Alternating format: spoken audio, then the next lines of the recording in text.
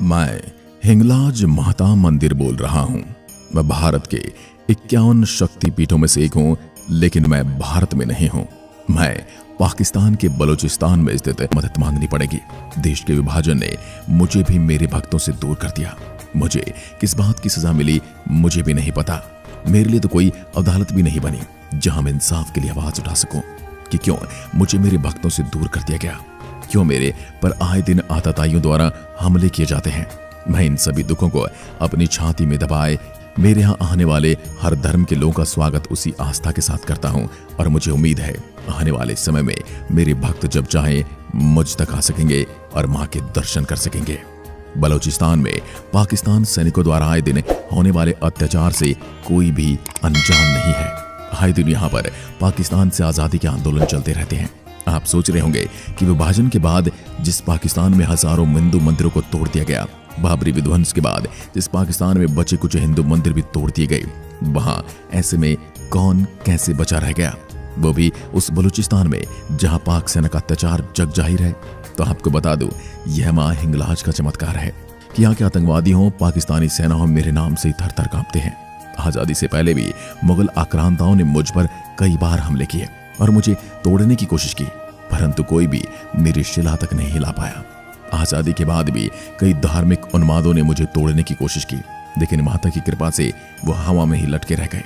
उनके साथ ऐसा हुआ कि उनकी आत्मा ही कांप उठी। कुछ का तो परिवार ही नहीं बचा और कुछ अपाहिज हो गए। उसके बाद किसी भी मुस्लिम की मुझे हाथ लगाने की हिम्मत नहीं हुई। उसके बाद से मेरे यहाँ के स्थानीय मुसलमानों के मन में भी आस्था जाग गई और वह भी मेरे यहाँ माँ के दर्शन के लिए आने लगे। जय माता की जय माता, जय माता की जय माता, जय माता की जय माता, जय माता की जय माता। दरअसल यह किसी आस्था की वजह से हुआ या माँ के चमत्कार के डर से, यह कोई नहीं जानता, क्योंकि मुसलमानों में अल्लाह के अलावा किसी के आगे सर झुकाने की अनुमति नहीं है और वह अल्लाह के अलावा किसी की इबादत भी नहीं कर सकते। लेकिन मेरे यहाँ सैकड़ों मुसलमान आते हैं और अपना माथा टेकते हैं, क्योंकि वो चमत्कार देखकर जान गए कि देवी में कोई न कोई ईश्वरीय शक्ति है। मुझे मुसलमान नानी पीर के नाम से जानते हैं। मेरा इतिहास 2000 साल से भी ज्यादा पुराना है। मेरा जिक्र शिव पुराण और महादेवी भागवत जैसे महाग्रंथों में मिलता है। मेरे यहाँ माता सती का सिर गिरा था। मैं सबसे पहला शक्तिपीठ हूँ। कुल 51 शक्तिपीठ है, जिसमें से 2 पाकिस्तान में हैं, जिसमें से एक मैं हूँ। मेरे पर गहरी आस्था रखने वाले लोगों का कहना है कि हिंदू चाहे चारों धाम की यात्रा क्यों न कर लें, काशी के पानी में स्नान क्यों न कर लें, अयोध्या के मंदिर में पूजा पाठ क्यों न कर ले, लेकिन अगर वो हिंगलाज देवी के दर्शन नहीं करता तो सब व्यर्थ है। वे स्त्रियां जो मेरे इस स्थान के दर्शन कर लेती हैं, उन्हें हाजियानी कहते हैं। उन्हें हर धार्मिक स्थान पर सम्मान के साथ देखा जाता है। यहाँ मिस्र और अफगानिस्तान के मुसलमान भी पूजा करने के लिए आते हैं।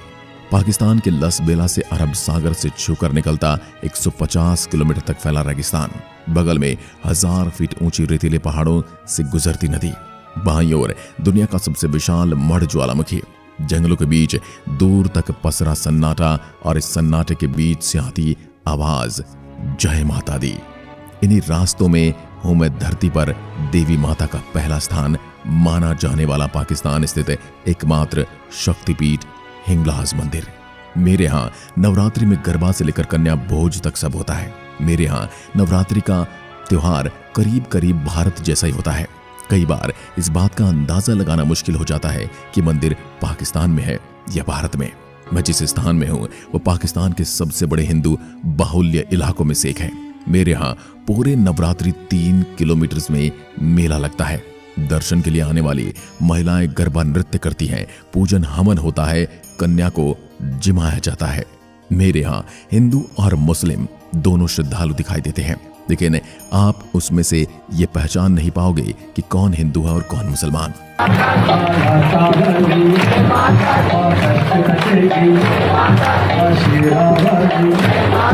मां के भजनों की गूंज दूर दूर तक सुनाई देती है। कुल मिलाकर हर वो आस्था देखने को मिलती है जो भारत में नवरात्रि पूजा के दौरान होती है।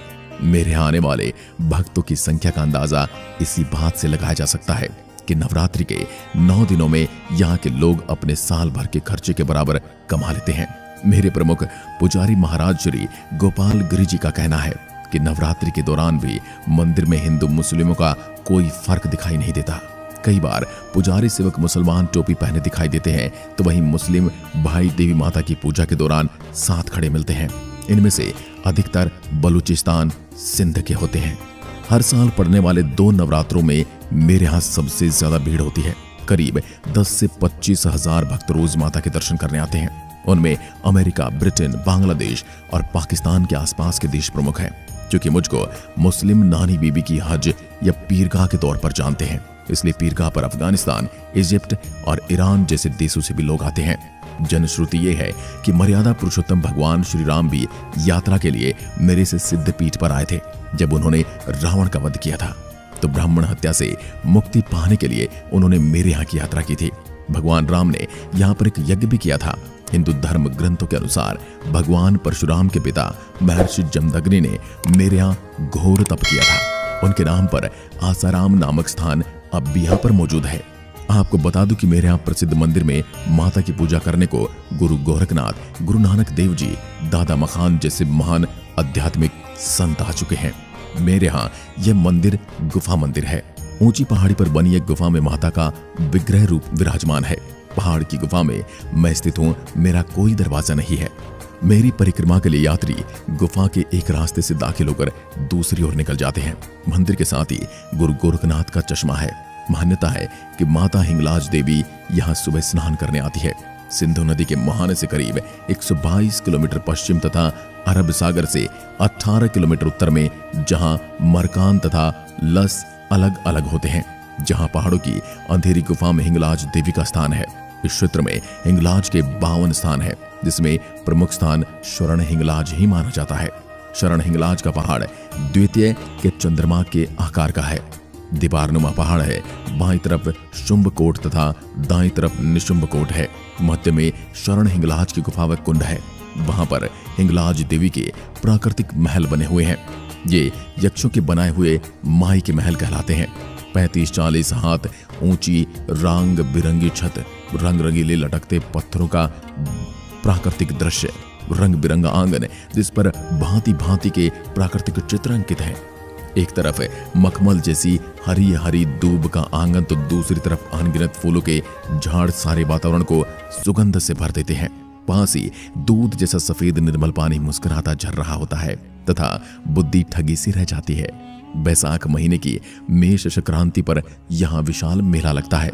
यहाँ माता सती कोटारी रूप में, जबकि भगवान भोलेनाथ भीमलोचन भैरव रूप में प्रतिष्ठित हैं। जो हर शक्तिपीठ की तरह यहाँ भी भगवान भोलेनाथ माता रानी की रखा भैरव रूप में रखते हैं।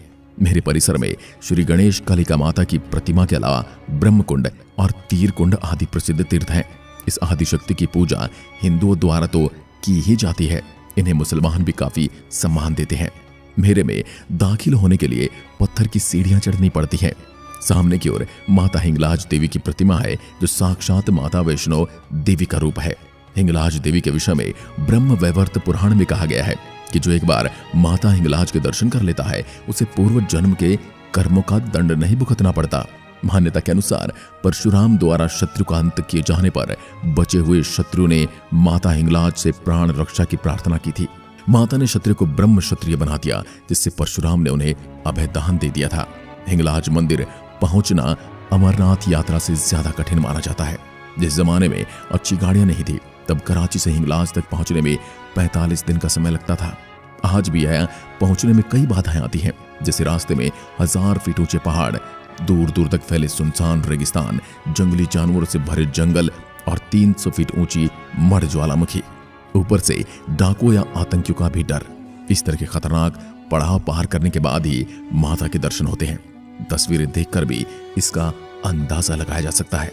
मंदिर के वरिष्ठ पुजारी महाराज गोपाल गिरी के यूट्यूब पर मौजूद एक इंटरव्यू के मुताबिक इस मंदिर की यात्रा से पहले श्रद्धालु को 2 संकल्प लेने होते हैं।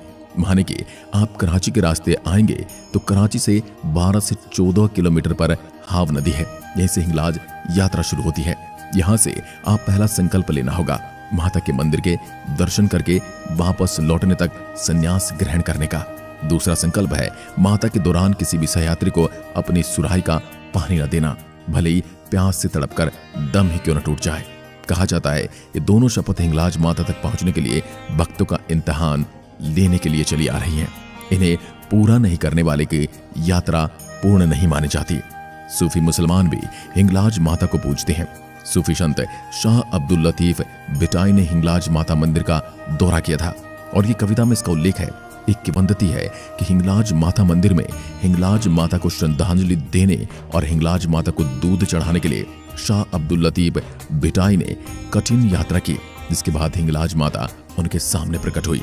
मेरे यहाँ घूमने आने के लिए सबसे अच्छा समय अक्टूबर से मार्च का समय माना जाता है। इस दौरान यहाँ का मौसम काफी सुखद होता है, जिससे मेरी यात्रा आसानी से की जा सकती है।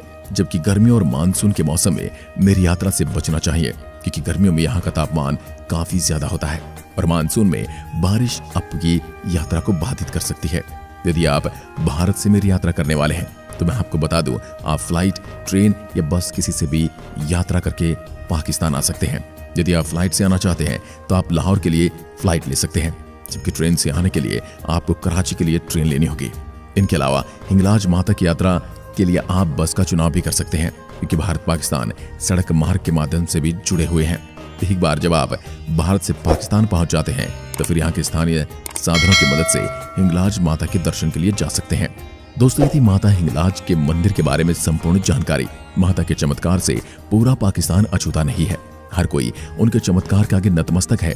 माता ने उन लोगों को भी अपने चरणों में झुका दिया जो अपने धर्म के प्रति कट्टर हैं और अपने आराध्य के सिवा किसी की पूजा नहीं करते। यहाँ हिंदू और मुसलमान दोनों माँ की पूजा करते हैं। ऐसा भाईचारा माँ के चमत्कार से हो पाया है। इसके बारे में आपके क्या विचार हमें कमेंट में लिखकर जरूर बताएं। और अगर चैनल को सब्सक्राइब नहीं किया तो चैनल को सब्सक्राइब जरूर करें। एक बार फिर मिलते हैं, तब तक के लिए नमस्कार। जय हिंद, जय भारत, जय माता दी।